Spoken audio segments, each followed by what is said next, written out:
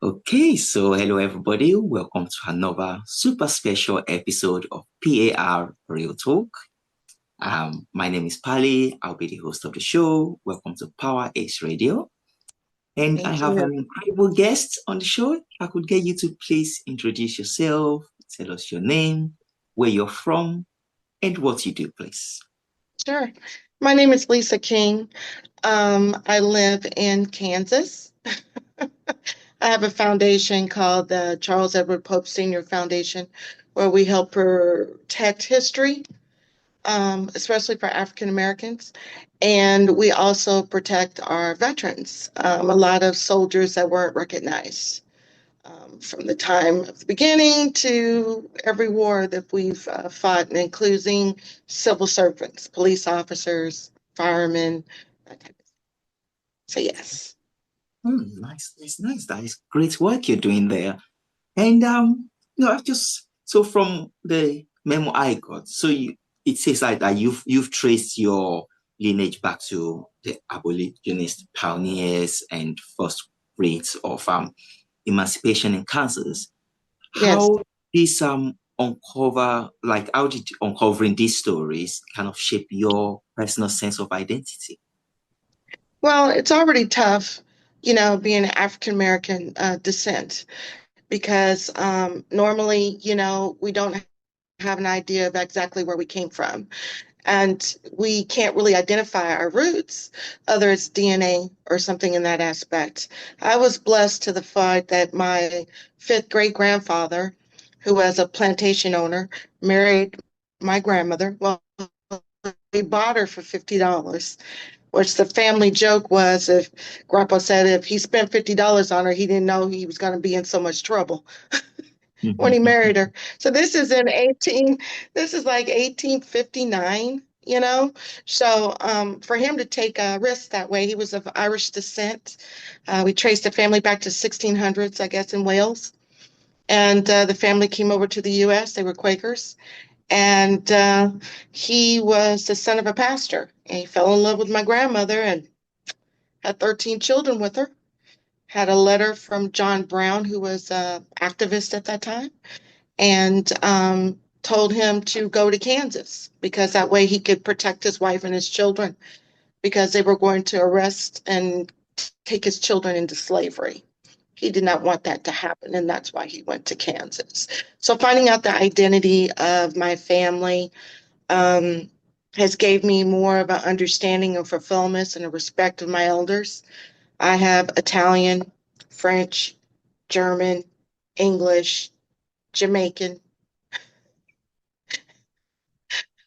So you can tell those family reunions are pretty interesting. So me finding out that aspect is, really every family member has a person that's picked, I feel, that handles that the ancestors talk to, And I think I was just that chosen person. I took all the stories that my grandmother told me orally and put them to paper. So let's just say when you find out everything they told you was true, that's already mind-blowing. So, yeah. That's really, really cool. That's a lot of, from all over the world, literally. Yeah, I've got everything.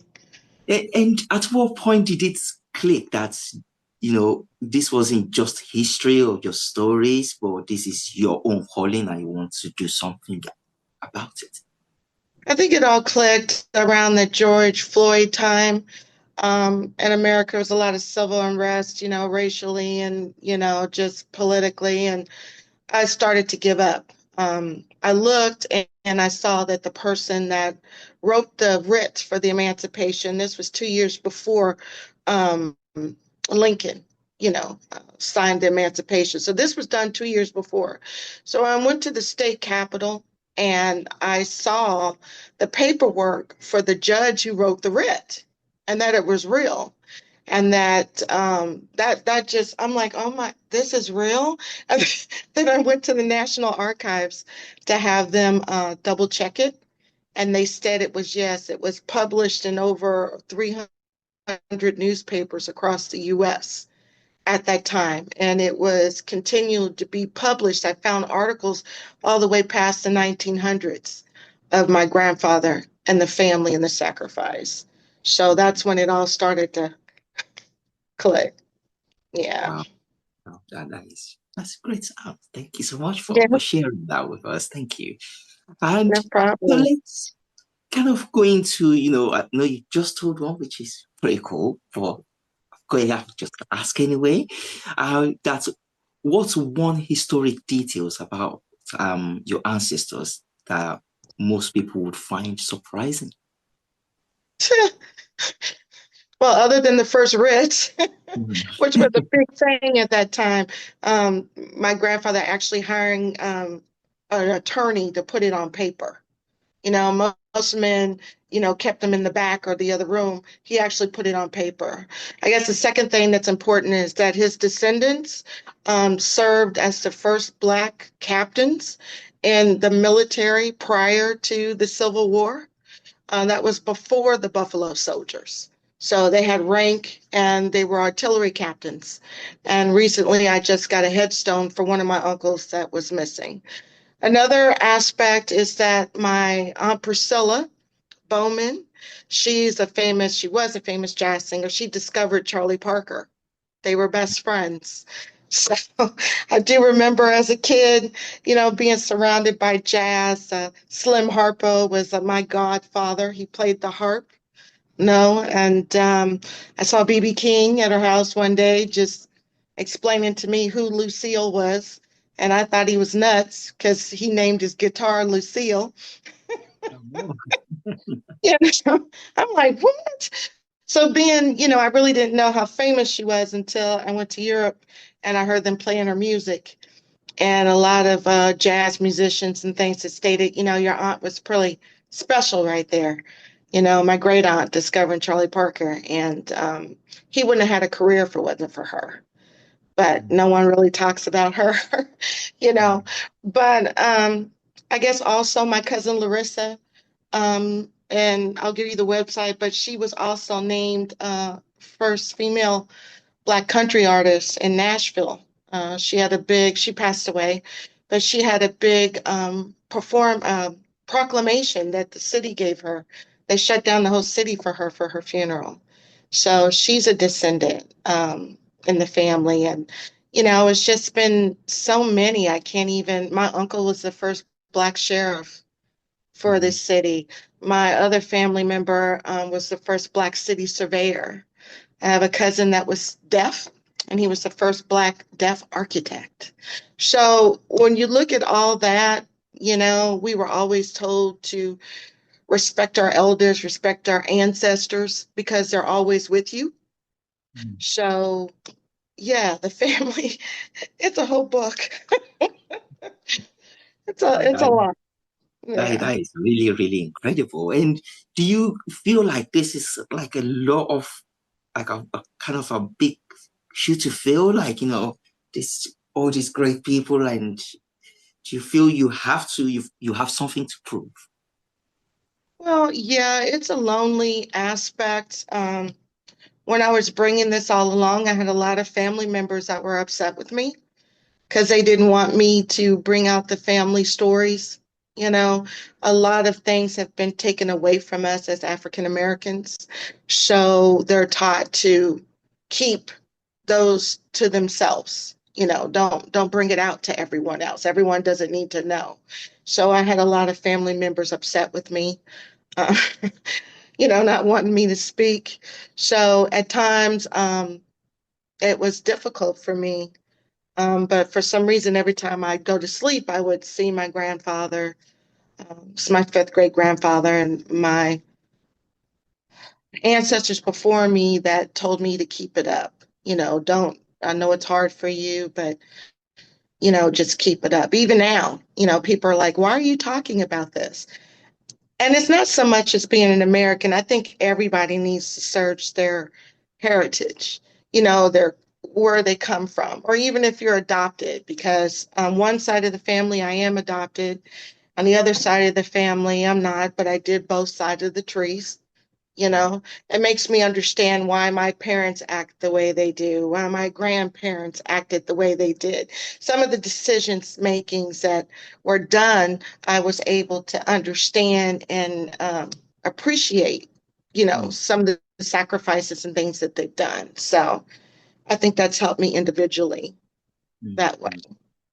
Yeah, great, great, great answer. Thank you so much. And like obviously, I'm sure you face a lot of resistance. There are people that will say, "Yeah, the past belong in the past," and you Yeah, know, but how do you make history actually feel alive for someone who's never connected with it before? I think the one thing that I took a friend of mine. Her family came from I don't know if it was Jamaica. I think it was Jamaica. I think it was her grandparents came in from Jamaica, and I took her to the Hall of Records, and I took her in, and I found her grandmother's passport. Had a stamp of her with her picture on it, with other family information. And I saw the tears in her eyes, and I'm like, "Are you okay?" And she said, "This is my grandmother." And I'm like, "Yeah, that's your grandmother. She came on the boat. She got so and so. She was this age." And she said, just to see her and what she went through and seeing this and having a record of it just brought her to tears because I think her grandmother passed when she was about 6 years old. Mm, So for her to find just that, we didn't even go past that part yet.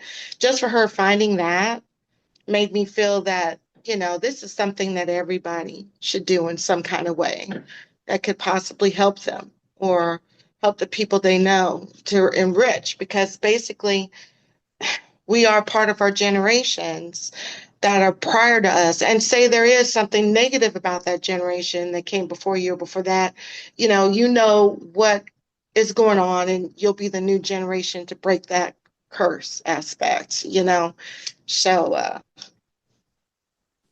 mm, mm, mm. yeah, that's what made me feel pretty strong about the whole thing. That's really, really great. Thank you so much for that. And I want to come back into sort of your what you actually the main thing you're doing now. So is it called iJourney or what's the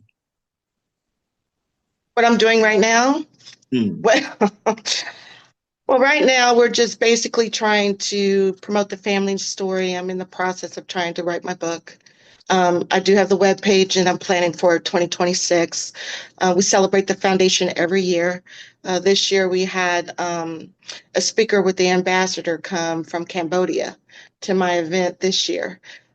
Because of the cultural aspect, he felt that he bonded with the family and decision, just I didn't realize culturally the Cambodians had it that hard. They're like the African Americans of the Asian world. Nobody really takes them seriously. So I think he identified with the family and he actually showed up. So next year we'll be doing the same thing. The World Cup, I guess one of the games are going to be in Kansas City. So we're going to have our event about a week before the game starts, celebrating the history of Quindaro. Yay. My family also worked on the Underground Railroad. Wiley, the one that bought my grandmother, had the children. I hate saying that, but he married my grandmother and the 14 children. And we're going to be celebrating Kansas City and being that it was one of the most cultural cities at that time in the 1860s of living, German, Croatian, Black, slaves, Hispanic, all living in one city, working, married, that type of thing. That was kind of rarity back then. Right across the river was the slave. So they mm, would come across the river and try to kidnap the blacks and take them into slavery. So Quindaro was a port to where they would fight to keep that protection of freedom. So right now we're also doing what we can to protect the history in the city of Quindaro, which is slowly being forgotten towards this time. So that's a mm, big job with itself.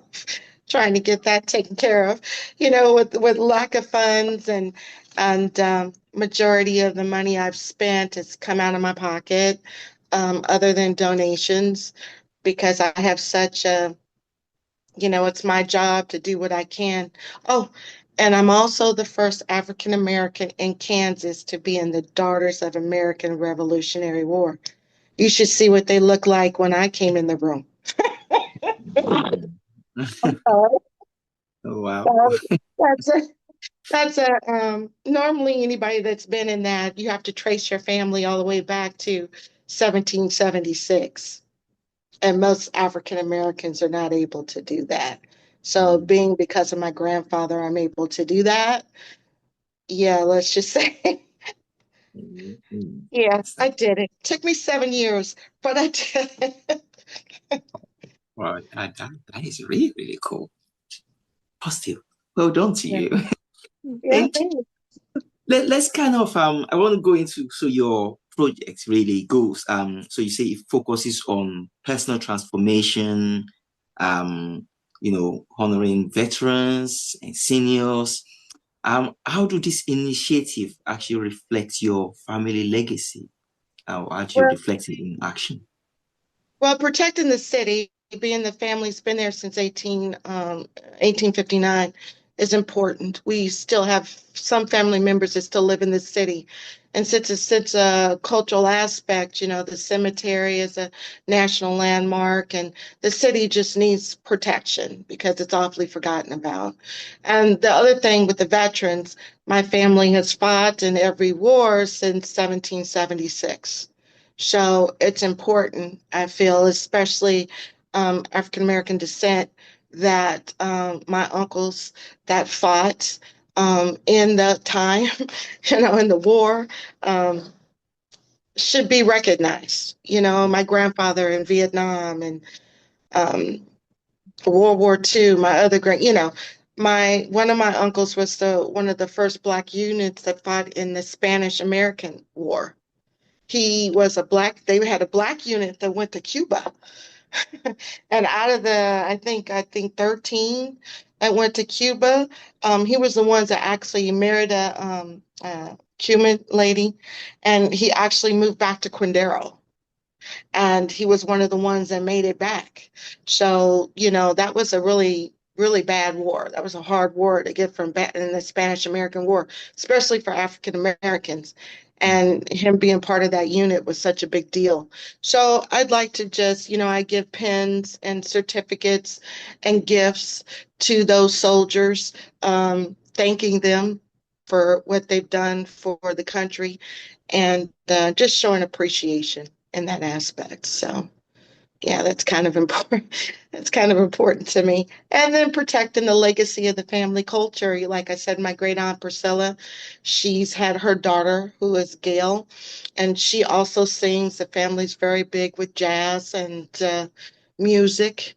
It's always been a big part of the family. So I'm making sure that that is known, especially my aunt's relationship with Mr. Parker, Charlie Parker, and B.B. King, and Ella Fitzgerald, and all of them. So I'm just, it's not just me. I bring all of my relatives. When you look at my website, you'll see my cousin Larissa there. You see my other cousin there who's a writer and a director. And my other cousin who works with sex trade girls in Cambodia, and she teaches them from Raven's Hope. She teaches them education and brings them to the States, and to show them a better, different life. So we've had pastors in our family, man, it's like another job.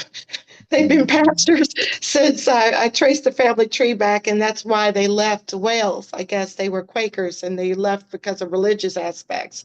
So there's always been a person in my family on the maternal side that's in the ministry. So we've got four pastors in the family right now. mm, So I just try to bring it out and to help people in history, find out why you do what you do mm, genetically, or why you like the food you like, or just some of you'll be surprised the things you find out when you research your family heritage. You'll even if it's a bad one, you still learn more about yourself and decisions that are made. And I think it's so important for African American descent wherever you are, mm, African descent wherever you are, to know where you come from, and be proud of who you are. absolutely, absolutely. You should definitely be proud of who you are. Yeah, You know, yeah. and let me kind of talking about proud that if your ancestors could attend one of these events, what moments do you think would make them the proudest? Of the things that I've done, Yes. wow. I think the fact that I got the governor of Kansas to sign and acknowledge my family. She gave us a state proclamation, which, we have a day called the Pope Emancipation Day, which is on June the 6th. And then one of the senators up in Washington, D.C., gave us a proclamation up at the Senate for Pope Emancipation Day. So, me being able to get those two done, shows recognition for the family and for the kids, grandkids, nieces, and nephews to have something to have on paper, have a day to celebrate that has something to do, with their family. So I think that's the most important thing I Great. had to, Well, yeah. well, well done, well done. Because of people like you, there's positive change in the world. So we need more of that. Yeah, thank And you. I needed well, that. Thanks. let's go into it. So you mentioned something obviously about obviously the Kansas City hosting the 2026 World Cup. Yeah. Um, how does SEPS plan to bring back, you've said some already, but you're going to bring back history and cultural unity. Um, but if there's one thing the whole world could take away from the World Cup program, what would it be? Well, over on the Kansas side, I think SEEPs, the one thing we bring is a cultural aspect of loving every part of yourself, learning how the city is a multicultural city with good food and good history. And regardless of what's going on in the world politically, we, as far as Kansas City, it's been a Midwestern loving town. Freedom and cultural aspect has always been very important to the city, especially in Kansas City, Kansas. And where we're having the event, it looks like a little small town like it was in 1860. So you can see all the different families that are descended and still live in the area from Croatia, Germany, England, Ireland, um, Jamaica, Cameroon, Cape Verdean. They're all in this little bitty city with nothing but good food. So if you want a place to, smile a lot, see a lot of different things that's going around, learn about the history, see the different aspects and monuments, and know that you will be spoiled and loved, and we might not want y'all to go home. Just to prove that we're not nuts. That's And great. we're That's loving people over here, so that's my goal for next year is to make sure that people coming into the town will feel that love, and um, everything around it can dissipate. to where mm, we can just have a big family reunion, like a big barbecue. Because, mm, Kansas City's known for our barbecue. mm. Well, I think I should definitely put that in my diary for next year. Yes, please come. I will make sure that you're spoiled rotten. Make sure you have a room and everything. We'll spoil you rotten. Oh, that'd be great. That'd be great. Thank you so much. And No problem. let's actually cover this bit before we go too far. Time is running. That's so obviously you say you have a movement. Where can people go and find you? And how can they support your movement? Well, you can go in www.cepsfoundation.com/Pope hyphen family hyphen legacy. You go into there and it'll basically explain the family, some of the family members, Raven's Hope, my cousin Larissa, and also you can look up my aunt Priscilla Bowman on UMKC website, Priscilla Bowman, and that'll explain the jazz aspects, what her relativity was in 40s. Keep your hands off my man song. So you can look up some of those. We do have a GoFundMe, and that's under the Charles Edward Pope Senior Foundation. You can look that up. And yeah, if you can, we'll have the dates for the World Cup will be June. Well, the event we're having for the World Cup would be June the 5th and June the 6th in Kansas City, Kansas. So, yay. Y'all need to come and see us. And it depends on what teams are going. We're going to root for them all. So, you know, including including our own. I don't know if Wales made the team or not. I don't know. I have to check. But that's me. I'm rolling for them. But because family heritage, that and the Jamaican team. So I don't know. I'm kind of on both sides there. But I'm so grateful that you took the time to talk to me and wanted to hear my story. It makes me feel good that I'm actually doing something positive other than the medical field here. Absolutely, I'm greatly appreciative. you're doing Thank you. an amazing job. Absolutely. So we'll have all the links to the website and the GoFundMe page as well. And I've got to ask this: that what does success look like to you?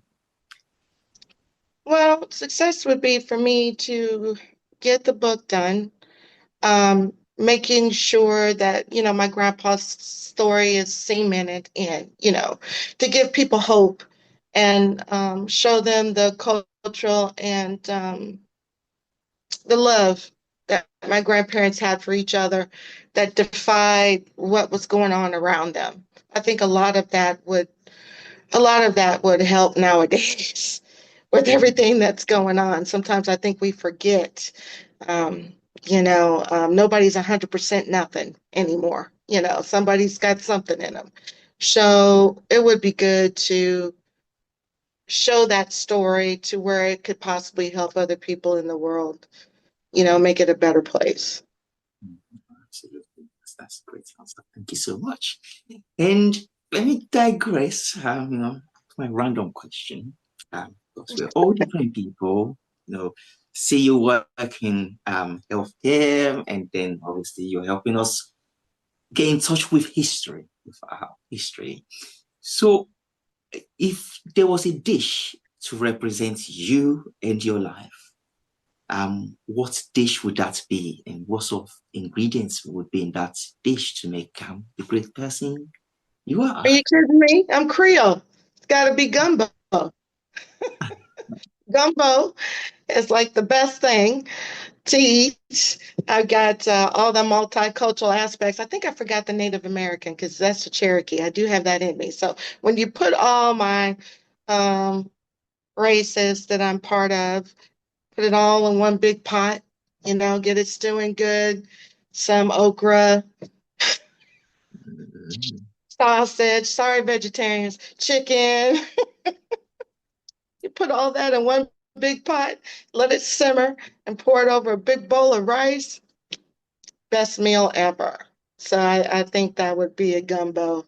Yeah, yeah, yeah. For That's real. crazy. Yeah.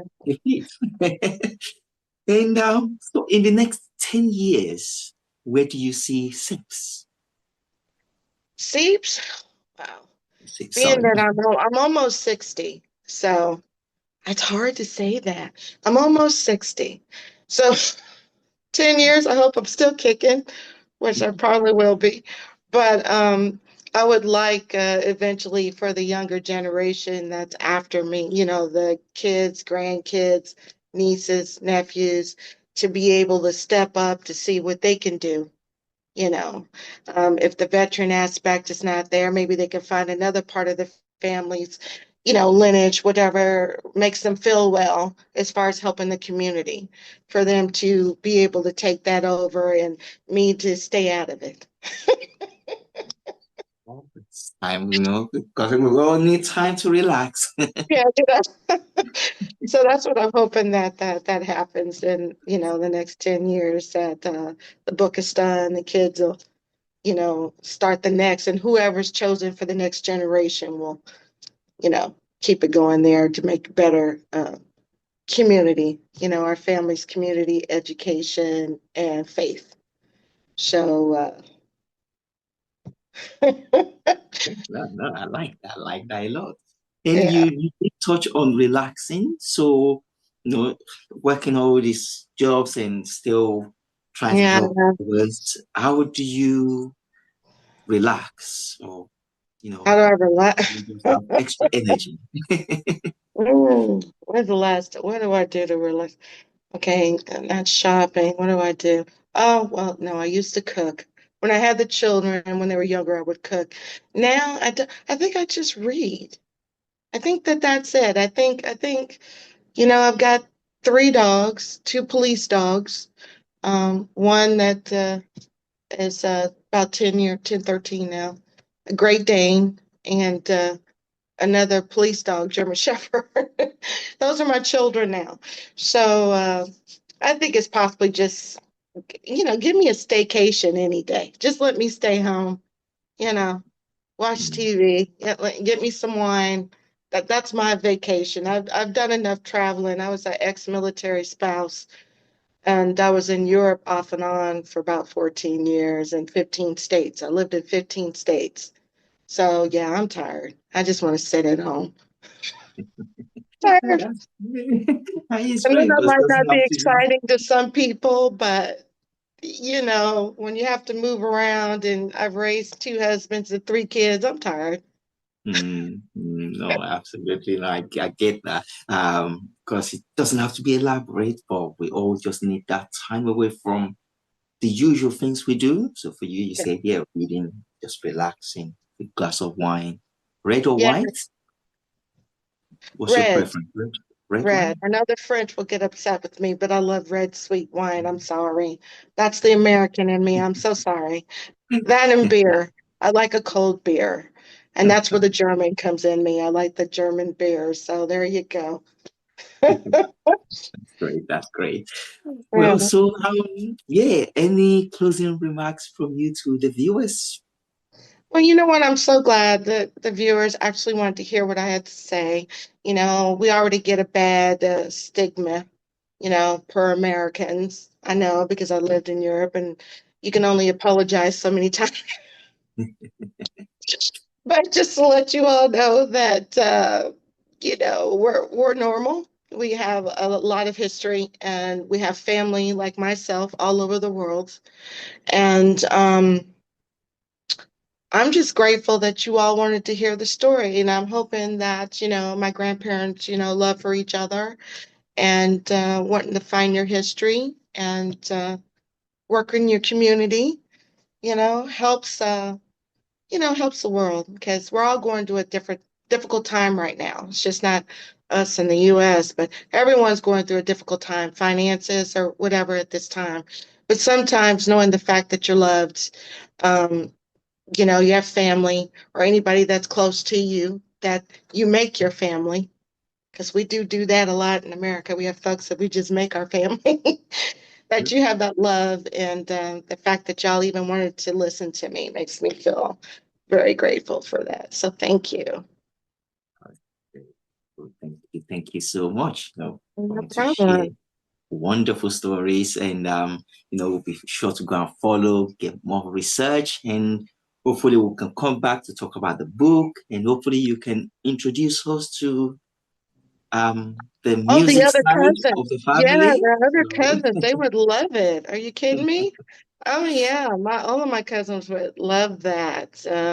I have a cousin right now that's in the one with the Ravens Hope. She's actually, I think she's in Cambodia right now. So she works with the royal family back and forth, and she's great to talk to. And my cousin's Priscilla's son and daughter that sings, which she'll be singing at the festival. Hopefully, I have to make sure because she's usually booked up. So come, you guys, come see me.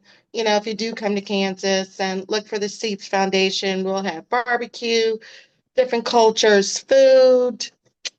Y'all will be family. I can't wait. But yeah, until then, thank you so, so much for coming on the show. It's been a pleasure. Thanks so much. You guys are great. Bye. Thank you. You're traveling on the airwaves of Power Ace Radio.